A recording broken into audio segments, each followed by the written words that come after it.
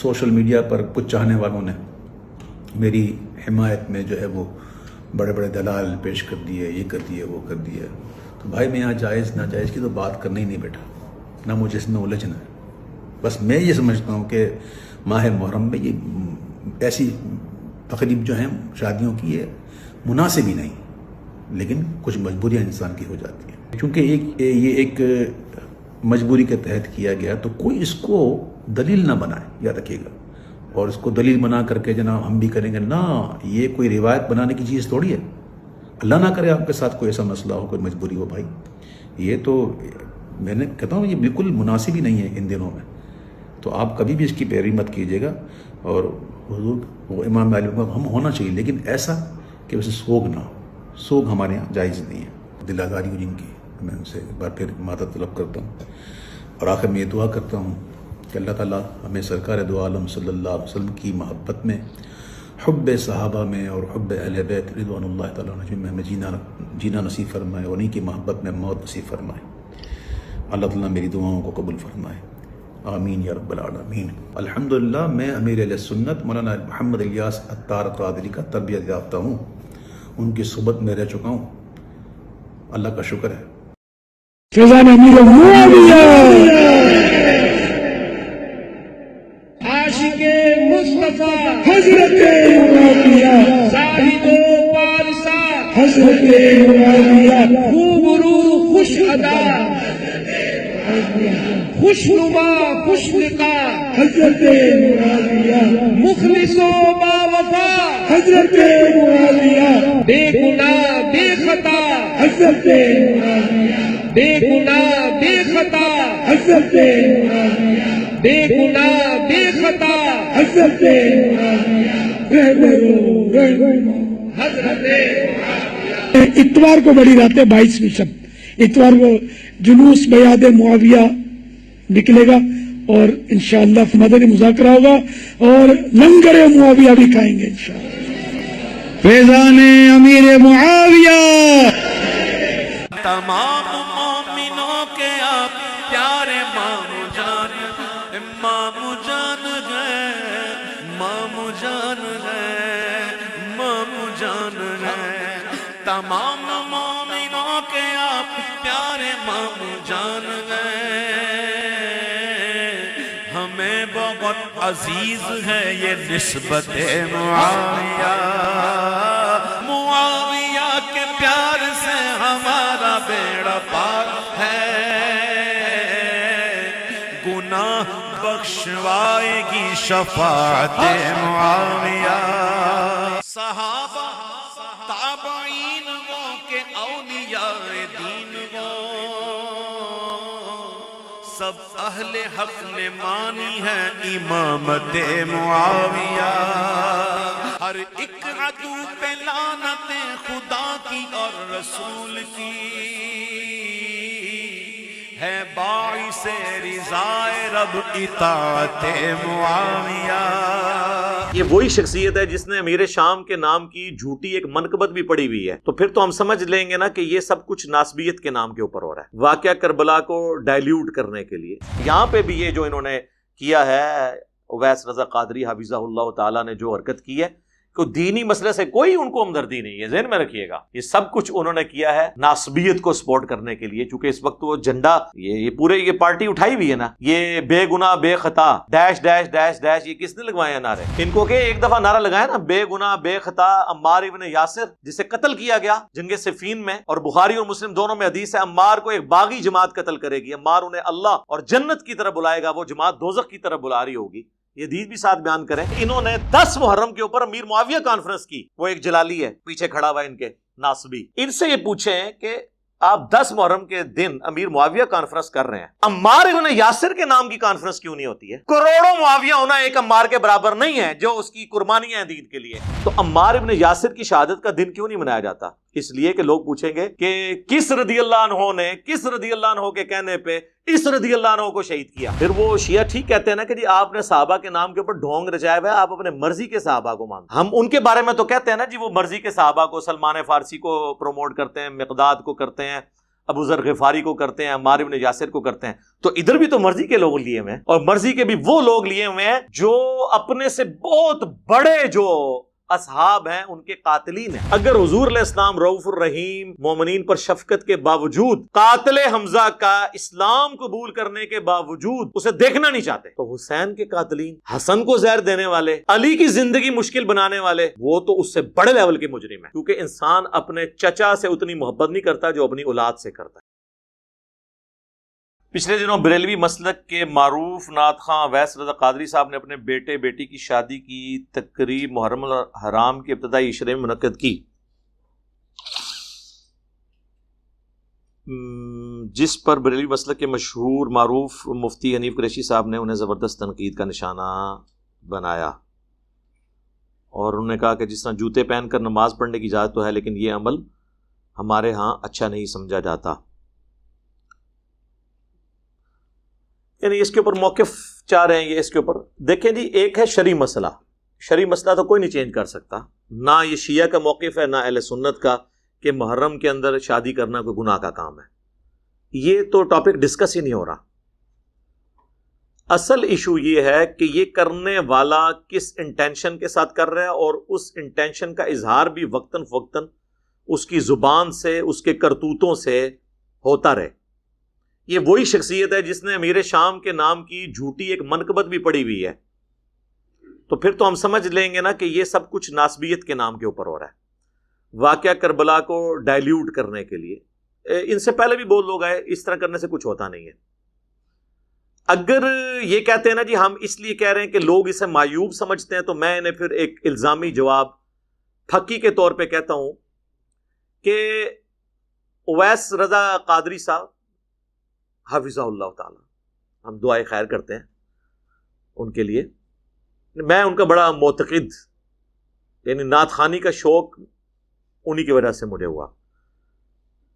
پہلی دفعہ میں نے انہیں لائیو سنا تھا داتا دربار کے اوپر 1996 میں لاہور کے اندر نا, اس وقت تو داڑھی بھی کالی تھی. پھر ایک دفعہ جیلم بھی آئے, یہ میرے خیال 2004-05 کی بات ہوگی, تو ہم نے ان کی دعوت بھی کی اپنے گھر میں, لنچ وغیرہ ہم نے اکٹھا کیا. ان کے قریبی دوست تھے, وہ میرے والد صاحب کے دوست تھے, تو ان کے کہنے پہ پھر وہ ہمارے گھر بھی آ گئے. تو یہ اعلیٰ حضرت امام احمد رضا بریلوی صاحب کو بڑا کوٹ کرتے ہیں, ان کا کلام ایسا پڑھتے ہیں جیسا کہ پڑھنے کا حق ہے.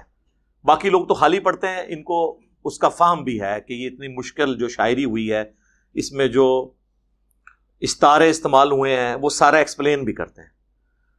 تو اعلیٰ حضرت ہی نے فتاوی رضویہ کے اندر یہ فتویٰ لکھا ہے ننگے سر نماز کے بارے میں.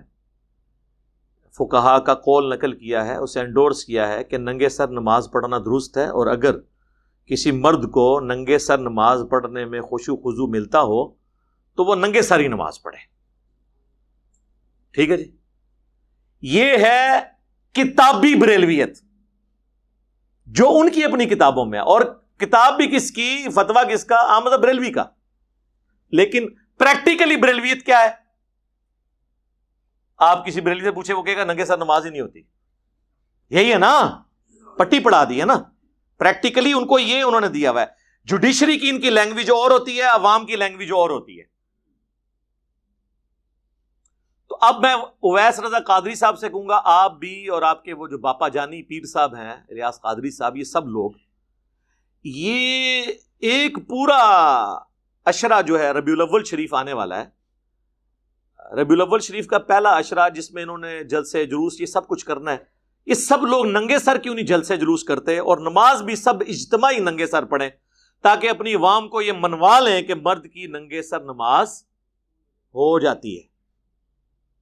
جس طرح انہوں نے محرم میں شادی کر کے یہ منوانے کی کوشش کی ہے کہ محرم میں شادی درست ہے, تو یہ بھی بنائے نا پھر. اب تو آپ کا کیا خیال ہے, یہ کریں گے؟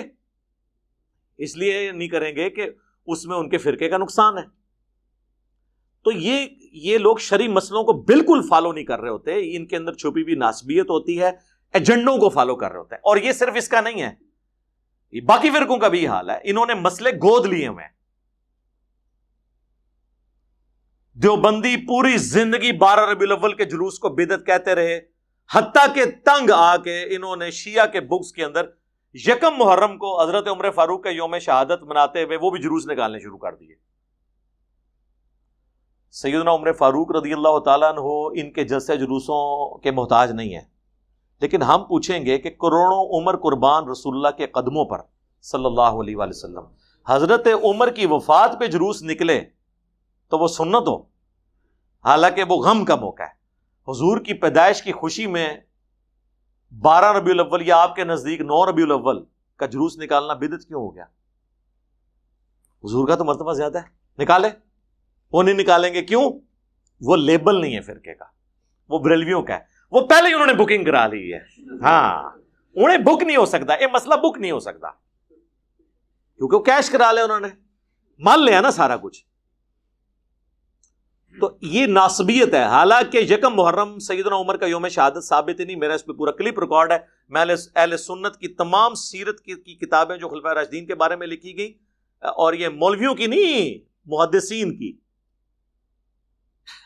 ابن اثیر کی اسد الغابہ، اس کی شرح 8000 صحابہ کے علاتے زندگی ابن حجر اسقلانی نے لکھے الاصابہ، اس کی عبارتیں دکھائی ہیں، الاستیاب امام ابن عبد البر کی، ساری یہ بڑی کتابیں ہیں، سب میں ہے کہ 26 ذوالحجہ 23 ہجری میں سیدنا عمر کی شہادت ہوئی، اور یکم محرم سے پہلے حضرت عثمان کی بیعت ہو چکی بھی تھی، لیکن انہوں نے ضد میں کہا کہ یکم محرم کریں تو چلے ڈائلیوٹ ہو جائے، جلوس نکال رہے ہیں۔ تو یہ مقصد حضرت عمر کی محبت نہیں بلکہ شیعہ کے ساتھ ٹسل ہے۔ یہاں پہ بھی یہ جو انہوں نے کیا ہے، اویس رضا قادری حفظہ اللہ تعالیٰ نے جو حرکت کی ہے، کہ دینی مسئلے سے کوئی ان کو ہمدردی نہیں ہے، ذہن میں رکھیے گا، یہ سب کچھ انہوں نے کیا ہے ناسبیت کو سپورٹ کرنے کے لیے، چونکہ اس وقت وہ جھنڈا یہ پورے یہ پارٹی اٹھائی ہوئی ہے نا، یہ بے گناہ بے خطا ڈیش ڈیش ڈیش ڈیش، یہ کس نے لگوائے ہیں نعرے؟ ان کو کہ ایک دفعہ نعرہ لگایا نا، بے گناہ بے خطا عمار ابن یاسر، جسے قتل کیا گیا جنگ صفین میں، اور بخاری اور مسلم دونوں میں حدیث ہے عمار کو ایک باغی جماعت قتل کرے گی، عمار انہیں اللہ اور جنت کی طرف بلائے گا، وہ جماعت دوزخ کی طرف بلا رہی ہوگی۔ یہ حدیث بھی ساتھ بیان کریں، اور مسند احمد کی حدیث بھی بیان کریں کہ ابو الغادیہ جو کہ صلح حدیبیہ کا صحابی تھا، اصحاب شجرہ میں سے تھا، اس نے عمار کو قتل کیا، اور وہ روتا تھا کیونکہ مسند احمد میں حدیث ہے کہ عمار کا قاتل اور مال لوٹنے والا جہنم کی آگ میں ہے۔ ابن حجر اسقلانی نے کہا کہ اسے وہ فضیلت کام آ جائے گی جو مسلم میں ہے کہ جن لوگوں نے درخت کے نیچے میری بیعت کی انہیں آگ نہیں چھوئے گی۔ تو شیخ البانی جو محدث اعظم تھے سعودیہ کے، انہوں نے کہا کہ نہیں، جب حکم خاص آ جائے پھر عام فضیلت اٹھ جاتی ہے، چونکہ یہ خاص بات آ گئی کہ عمار کا قاتل اور مال لوٹنے والا جہنم میں ہے، اب وہ چاہے بدری ہو چاہے صلح حدیبیہ کا ہو، حضور نے جب اسپیسیفکلی فرما دیا عام فضیلت اس سے اٹھ گئی۔ اور یہ سب کو پتہ ہے، یہ بریلویوں دیوبندیوں کے ساتھ اہل حدیث نہیں جھگڑتے، جب ان کو کہتے ہیں وَإِذَا قُرِئَ الْقُرْآنُ فَاسْتَمِعُوا لَهُ، تو وہ کہتے ہیں نہیں نہیں، جب یہ خاص آ گیا نا لا صلاۃ لمن لم یقرأ بفاتحۃ الکتاب، تو اب وہ حکم عام اٹھ جائے گا۔ فاتحہ جو ہے نا اس کے علاوہ کی قرات سننی چاہیے، فاتحہ تو آپ نے دب کے رکھنی ہے، کرتے ہیں نا وہاں، اپنے سارے مسئلے انہوں بتانے، پھر شہادتیں منا رہے ہوتے ہیں۔ ہم کہتے ہیں کہ یہ انہوں نے 10 محرم کے اوپر امیر معاویہ کانفرنس کی، وہ ایک جلالی ہے پیچھے کھڑا ہوا ان کے ناسبی، ان سے یہ پوچھیں کہ آپ 10 محرم کے دن امیر معاویہ کانفرنس کر رہے ہیں، عمار ابن یاسر کے نام کی کانفرنس کیوں نہیں ہوتی ہے؟ کروڑوں معاویہ ہونا ایک عمار کے برابر نہیں ہے جو اس کی قربانیاں ہیں دین کے لیے، جس کے ماں باپ اسلام کے پہلے شہداء ہیں، سیدہ سمیہ اور سیدنا یاسر۔ اور حاکم کے اندر حدیث ہے، نبی علیہ السلام نے فرمایا عمار سر کے بالوں سے پاؤں کے ناخنوں تک ایمان سے پر ہے۔ اور صحیح بخاری میں حدیث ہے کہ اللہ نے عمار کی زبان کو شیطان سے محفوظ کر دیا ہے، اس کی زبان پہ حق جاری ہوتا ہے۔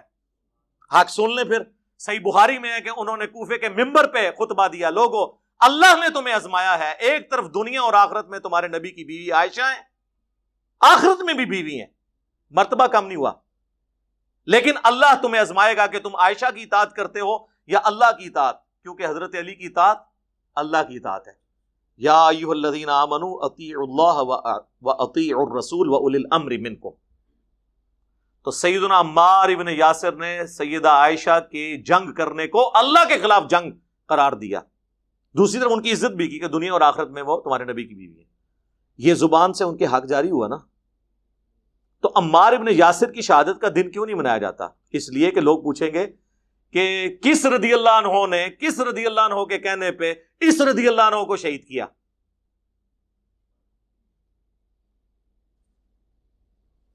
محمد بن ابی بکر کی شہادت کا دن نہیں منانا جو حضرت ابو بکر کا بیٹا ہے اور خال المومنین بھی ہے، مومنین کا ماموں. جی مومنین کا ماموں حضرت عائشہ کا بھائی ہے. اگر حضرت ام حبیبہ کے بھائی حضرت معاویہ رضی اللہ تعالیٰ عنہ مومنین کے ماموں ہیں تو حضرت عائشہ کا بھائی مومنین کا ماموں نہیں ہے؟ اس کو کس نے قتل کروایا؟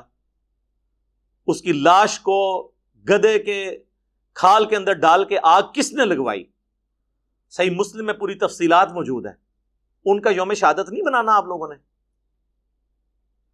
پھر وہ شیعہ ٹھیک کہتے ہیں نا کہ جی آپ نے صحابہ کے نام کے اوپر ڈھونگ رچایا ہوا ہے، آپ اپنے مرضی کے صحابہ کو مانتے ہو. ہم ان کے بارے میں تو کہتے ہیں نا جی وہ مرضی کے صحابہ کو، سلمان فارسی کو پروموٹ کرتے ہیں، مقداد کو کرتے ہیں، ابو ذر غفاری کو کرتے ہیں، عمار بن یاسر کو کرتے ہیں. تو ادھر بھی تو مرضی کے لوگ لیے ہوئے ہیں، اور مرضی کے بھی وہ لوگ لیے ہوئے ہیں جو اپنے سے بہت بڑے جو اصحاب ہیں ان کے قاتلین ہیں. چلیں حضرت ابو بکر عمر عثمان تو یہ تو امت میں بڑے ہیں نا، ان کی تو بات ہی نہیں ہم کرتے. ان کی شان میں تو میں نے نہج البلاغہ شیعہ کی کتاب سے مولا علی کے خطبات پیش کیے تھے. لیکن جو بعد کے لوگ ہیں ان کے آپ دن منائیں، اور ان سے بڑوں کے دن اس لیے نہ منائیں کہ جن کے آپ دن منا رہے ہیں وہ قاتلین ہیں ان کے. تو اس کا مطلب ہے آپ نے امت کو دھوکہ دیا ہے. تو لہٰذا یہ جو محرم کے اندر جو کچھ انہوں نے کیا ہے اس کا کوئی تعلق دین کے ساتھ نہیں ہے، انہوں نے کسی اور ایجنڈے کے تحت کیا ہے. اللہ ان کو عقل دے.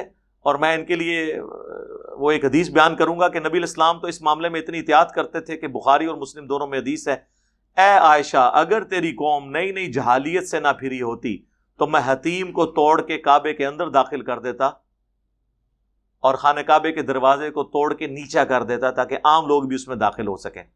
لیکن آپ نے اس چیز کی پرواہ کی کہ لوگ کہیں گے کہ اس نے کعبہ توڑوا دیا، حالانکہ پیغمبر تھے. ٹھیک ہے، تو نبی الاسلام ان معاملات کو دیکھ کے چلتے تھے. دیکھیں امت کے دل دکھے میں، کسی کا باپ مر جائے نا عید کے دن، پوری زندگی اس کے لیے وہ عید کا دن خوشی کے طور پہ نہیں آتا.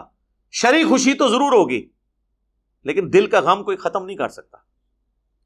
ہم کہتے ہیں کہ سوگ حسین ختم ہو گیا 3 دن کے بعد، کہتے ہیں نہیں 3 دن سے زیادہ سوگ نہیں، بالکل. لیکن سر غم حسین تو ختم نہیں ہوا نا. غم حسین تو نبی صلی اللہ علیہ وآلہ وسلم نہیں بھلا سکے. صحیح بخاری میں حدیث ہے، واشی پیش ہوا فتح مکہ کے موقع پر، حضرت بلال حبشی اسے پکڑ کے تسلی دے کے لے آئے کہ چلو میں تمہیں جو ہے نا وہ جان بخشی کروا دیتا ہوں.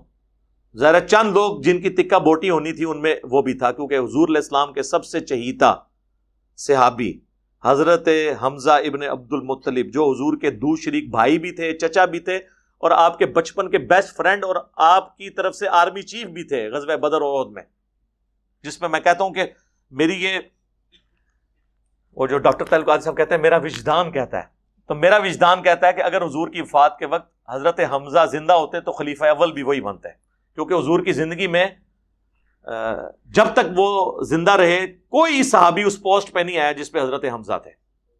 اہل البیت میں سے تھے، ہاشمی تھے. اور المستدرک للحاکم میں حدیث ہے کہ سید الشہداء حمزہ ابن عبد المطلب، اور وہ شخص بھی سید الشہداء ہے جو جابر حکمران کے سامنے کلمہ حق بلند کرے حتیٰ کہ وہ قتل کر دیا جائے. یعنی سیدنا حسین ابن علی بھی سید الشہداء ہیں. امام نسائی کو بھی ہم سید الشہداء سمجھتے ہیں، انہوں نے بھی حق بلند کیا، جو بھی اپنے زمانے میں لوگ رہے ہیں. تو حمزہ ابن عبد المطلب کا قاتل واشی، صحیح بخاری کے الفاظ ہیں، حضور کے سامنے جب پیش کیا گیا فتح مکہ کے موقع پر، حضور نے بلا کے پوچھا واشی یا رسول اللہ قاتل حمزہ یا رسول اللہ، واشی تیرا اسلام تو قبول ہے لیکن تو کیا ایسا کر سکتا ہے کہ مجھے اپنی شکل نہ دکھا. پھر پوری زندگی حضور کے سامنے نہیں آئے اور اس بات پہ وہ کڑتے تھے. حتیٰ کہ اللہ نے پھر ان سے بہت بڑا کام کروایا، مسلمہ کذاب کو انہوں نے قتل کیا، اسی بخاری کی حدیث میں آتا ہے۔ اس کے بعد وہ کہتے تھے کہ میں اللہ سے امید کرتا ہوں کہ میں نے اسلام کے سب سے بہترین آدمی کو قتل کیا تھا، حمزہ ابن عبد المطلب، اور اسلام کے بدترین دشمن کو بھی میں نے قتل کیا، مسلمہ کذاب، جس نے جھوٹا دعوی نبوت کیا تھا جنگ یمامہ میں۔ یعنی وہ سمجھتے تھے کہ اس کی وجہ سے اللہ تعالیٰ مجھے بیلنس کر دے گا، لیکن نبی علیہ السلام کے سامنے وہ پوری زندگی نہیں آئے۔ حضور سے زیادہ کون مومن کامل ہے؟ آپ کے بارے میں تو ہے حریص علیکم بالمؤمنین رؤوف الرحیم۔ اگر حضور علیہ السلام رؤوف الرحیم، مومنین پر شفقت کے باوجود، قاتل حمزہ کا اسلام قبول کرنے کے باوجود اسے دیکھنا نہیں چاہتے، تو حسین کے قاتلین، حسن کو زہر دینے والے، علی کی زندگی مشکل بنانے والے، وہ تو اس سے بڑے لیول کے مجرم ہیں، کیونکہ انسان اپنے چچا سے اتنی محبت نہیں کرتا جو اپنی اولاد سے کرتا ہے۔ حسن و حسین تو حضور کی اولاد تھے۔ صحیح بخاری میں عبداللہ ابن عمر کو ایک عراقی آ کے پوچھتا ہے کہ بتائیں احرام کی حالت میں اگر کوئی مچھر یا مکھی مار دے تو کیا اس کا کوئی کفارہ ہے؟ کیونکہ جانور کا شکار کرنا قرآن میں منع کیا گیا ہے۔ تو آپ نے کہا یہ بندہ کون ہے، سے بلاؤ۔ تو بتایا کہ یہ اہل عراق میں سے۔ انہوں نے کہا عراقیوں، تم نے تو اللہ کے نبی کے نواسے کو قتل کر دیا اور مجھ سے مکھی اور مچھر کا مسئلہ پوچھ رہے ہو، حالانکہ میں نے حضور سے خود سنا تھا کہ حسن اور حسین دنیا میں میرے دو پھول ہیں۔ یہ صحیح بخاری کی حدیث ہے۔ جامعہ ترمذی میں حدیث ہے، حسن و حسین جنتی نوجوانوں کے سردار ہیں اور سیدہ فاطمہ جنتی عورتوں کی سردار ہے۔ المستدرک للحاکم میں، سنن ابن ماجہ میں حدیث موجود ہے، حسن و حسین جنتی نوجوانوں کے سردار ہیں اور ان کے باپ علی ابن ابی طالب ان سے بھی افضل ہیں۔ تو جب اتنا بڑا واقعہ کربلا ہوا ہو تو غم حسین تو ختم نہیں ہو سکتا۔ غم حسین تو حضور کی زندگی میں بھی تھا۔ مسند احمد میں حدیث ہے، مشکات کے اندر بھی موجود ہے، کہ ابن عباس کہتے ہیں ایک دوپہر کو میں نے نبی علیہ السلام کو خواب میں دیکھا، آپ کی حالت پرانگدہ تھی، بال بکھرے ہوئے، ہاتھ میں خون کی ایک شیشی۔ میں نے کہا یا رسول اللہ میرے ماں باپ آپ پہ قربان ہوں، آپ کی کیا حالت ہے؟ آپ فرمایا صبح سے حسین اور اس کے ساتھیوں کا خون جمع کر رہا ہوں۔ یہ ایک تمثیل تھی جو آپ کو دکھائی گئی تھی، یہ نہیں کہ آپ فزیکلی وہاں موجود تھے۔ آپ میں سے کئی لوگ ہیں وہ کہتے ہیں ہم نے علی بھائی کو خواب میں دیکھا تھا، علی بھائی کو پتہ ہی نہیں ہوتا، وہ اللہ دکھاتا ہے نا، وہ ایک تمثیل ہوتی ہے۔ یہ تمثیل تھی، یہ نہیں تھا کہ حضور کربلا میں موجود تھے، ایسا کوئی عقیدہ نہیں ہے۔ تو وہ کہتے ہیں میں گھبرا کے اٹھا، میں نے وہ دن اور تاریخ یاد رکھی، اور بعد میں خبر جب آئی، ظاہر انٹرنیٹ کا دور تو نہیں تھا، اسی دن 10 محرم 61 ہجری میں حسین ابن علی کو شہید کیا گیا تھا۔ تو غم حسین تو ابھی تک جاری ہے سر، حضور کی وفات کو 50 سال ہو چکے ہیں اور غم حسین جاری ہے۔ 50 سال کے بعد اللہ نے تمثیل دکھائی نا، تو 3 دن کے بعد تو سوگ ختم ہو گیا تھا، غم حسین جاری حضور کی زندگی میں۔ غم حسین تو حسین کی تکلیف سے پہلے بھی شروع ہو گیا۔ مسند احمد میں حدیث ہے، مولا علی کہتے ہیں میں حضور کے سامنے ایک دفعہ حاضر ہوا تو میں نے دیکھا کہ حسین ابن علی کو آپ نے گود میں اٹھایا اور مبارک آنکھوں سے آنسو روائے۔ میں نے کہا یا رسول اللہ میرے ماں باپ آپ پہ قربان، آپ کو کس نے غمگین کر دیا؟ کہا کہ ابھی ابھی جبرائیل علیہ السلام آئے تھے اور انہوں نے مجھے بتایا کہ آپ کے اس بچے کو جس سے آپ اتنی محبت کر رہے ہیں فرات کے کنارے پیاسا شہید کر دیا جائے گا۔ تو میری خواہش پہ انہوں نے کربلا کی سرخ مٹی بھی ہاتھ یوں مار کے، ظاہر ہے وہ ایک فرشتے کا ہاتھ تھا، لا کے مجھے دکھائی کہ یہ وہ مٹی ہے۔ اور یہ حدیث مولا علی نے بیان کی جب آپ جنگ نہروان یا صفین کے لیے گزر رہے تھے، تو نینوا مقام کے اوپر آپ نے کہا اصبر یا ابا عبداللہ، اے ابو عبداللہ۔ یہ ابو عبداللہ کنیت تھی حضرت حسین ابن علی کی۔ صبر کرنا، صبر کرنا اے ابو عبداللہ، صبر کرنا۔ تو وہ ساتھی کہتے ہیں میں حیرانگی میں مبتلا ہو گیا کہ مولا علی کس سے باتیں کر رہے ہیں۔ تو انہوں نے کہا کہ مجھے حضور نے یہ بات بتائی تھی جب حضور کی گود میں حسین تھا کہ یہاں پہ میرا حسین شہید کیا جائے گا، تو میں یعنی اپنے حسین کو کہہ رہا ہوں کہ جب تیرے پہ یہ وقت آئے تو صبر کرنا۔ اور یہ منوس مارے کہتے ہیں ڈاکوؤں نے مار چھڑیا ہے، ڈاکا تھوڑے ایمان تے پیا ہوا ہے تو ڈاکو ہی نظر آنے نے نا. ہم یہ پوچھتے ہیں کہ کیا حسین ابن علی کو حضور کا نواسا ہونے کی وجہ سے جنتی نوجوانوں کی سرداری ملی ہے؟ اس اسلام میں ہوتے ہوئے جو اسلام تقوی کی بنیاد پہ فیصلہ کرتا ہے ان اکرمکم عند اللہ اتقاکم، کیا آپ یہ ایکسپیکٹ کر سکتے ہیں وہ اسلام جو رشتہ داری کو دوسرے نمبر پہ رکھتا ہے تقوی کو پہلے نمبر پر؟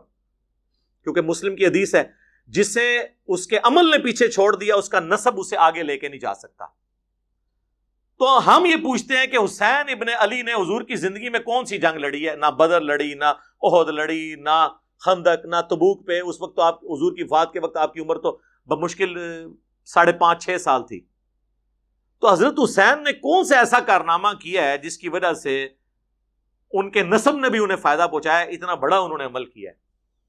تو وہ یہ کربلا ہی ہے کہ جب سب لوگ مصلحت کا شکار ہو جائیں اس وقت اپنے خون سے اختلافی نوٹ لکھ کے بتا دیا کہ حق کے لیے مختصر جماعت بھی کھڑی ہو، یہ پرواہ نہ کرے کہ میرے ساتھ لوگ ہیں یا نہیں ہیں، لیکن سچائی کے لیے کھڑے ہو جائیں. یہ وہ اختلافی نوٹ ہے. تو امت کے دل دکھے ہوئے ہیں.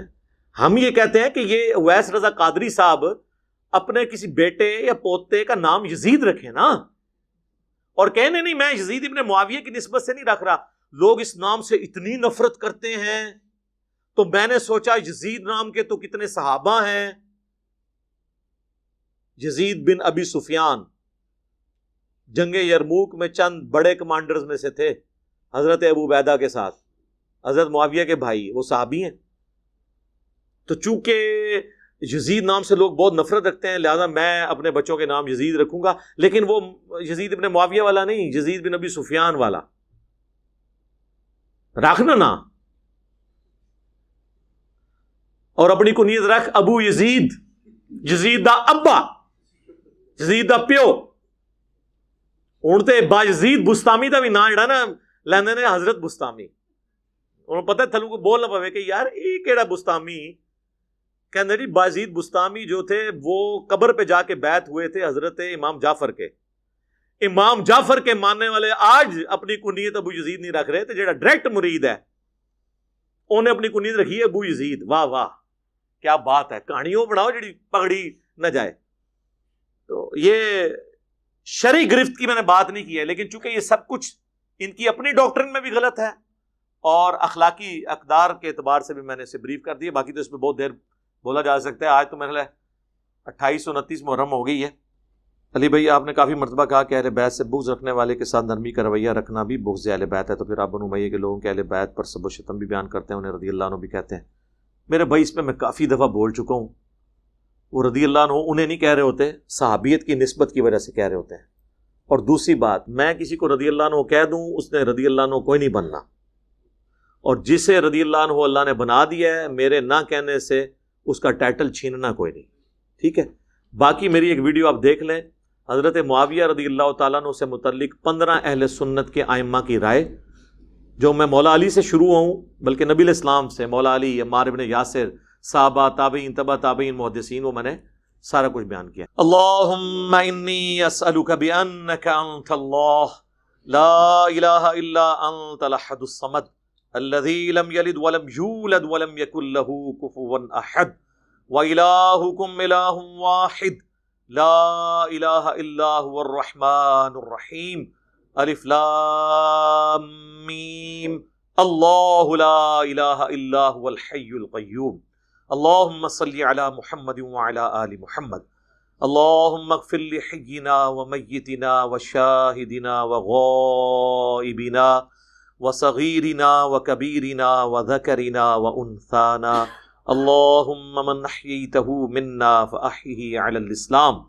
ومن توفیتہ منا فتوفہ علی الایمان ربنا آتنا فی الدنیا حسنہ وفی الآخرۃ حسنۃ وقنا عذاب النار ربنا آتنا من لدنک رحمہ وہیئ لنا من امرنا رشدا. اے اللہ حاضرین کے دلوں میں جو جو نیک اور جائز دعائیں ہیں اپنی بارگاہ میں قبول منظور فرما. حاضرین کے گھروں میں جو پریشانیاں ہیں، بیماریاں ہیں، اے اللہ رزق کی بے برکتی ہے تو اے اللہ اسے دور فرما. حاضرین کے جو چھوٹے بڑے رشتہ دار فوت ہو چکے، اے اللہ ان کی مغفرت فرما. اور جتنے بھی مسلمان ہیں اے اللہ دنیا میں ان سب کے حق میں یہ دعائیں قبول و منظور فرما۔ اے اللہ ہماری ہمارے ماں باپ کی پوری امت کی مغفرت فرما، ہمارے بیوی بچوں کی مغفرت فرما۔ اے اللہ ہماری ہمارے ماں باپ کی ہمارے بیوی بچوں کی پوری امت کی تمام دینی دنیاوی جسمانی روحانی ظاہری باطنی پریشانیاں تکلیف مصیبتیں دکھ بیماریاں دشواریاں دور فرما۔ جن جن بھلائیوں کا سوال تیرے محبوب علیہ السلام نے تجھ سے کیا ان کے حق میں قبول و منظور فرما۔ جن جن چیزوں کے شر سے تیرے محبوب صلی اللہ علیہ وآلہ وسلم نے تیری پناہ طلب کی ان کو ان چیزوں کے شر سے اپنی پناہ عطا فرما۔ ہمارے ملک پاکستان کی خیر فرما، پورے عالم اسلام کی خیر فرما۔ دنیا میں مسلمان جہاں کہیں بھی مظلومیت کا شکار ہیں اللہ، چائنا میں، کشمیر میں، افغانستان کے اندر، فلسطین کے اندر، عراق کے اندر، شام میں، اے اللہ غیب سے ان کی عزت آبرو جان و مال کی حفاظت فرما۔ اے اللہ جو کچھ مانگا وہ بھی عطا کر دے، جو نہ مانگ سکے ہمارے حق میں بہتر ہے تو ہمیں بن مانگے ہی عطا فرما دے۔ سبحان ربک رب العزت عما یصفون وسلام علی المرسلین والحمد للہ رب العالمین وصلی اللہ علی النبی الکریم وعلی آلہ وصحبہ اجمعین الی یوم الدین۔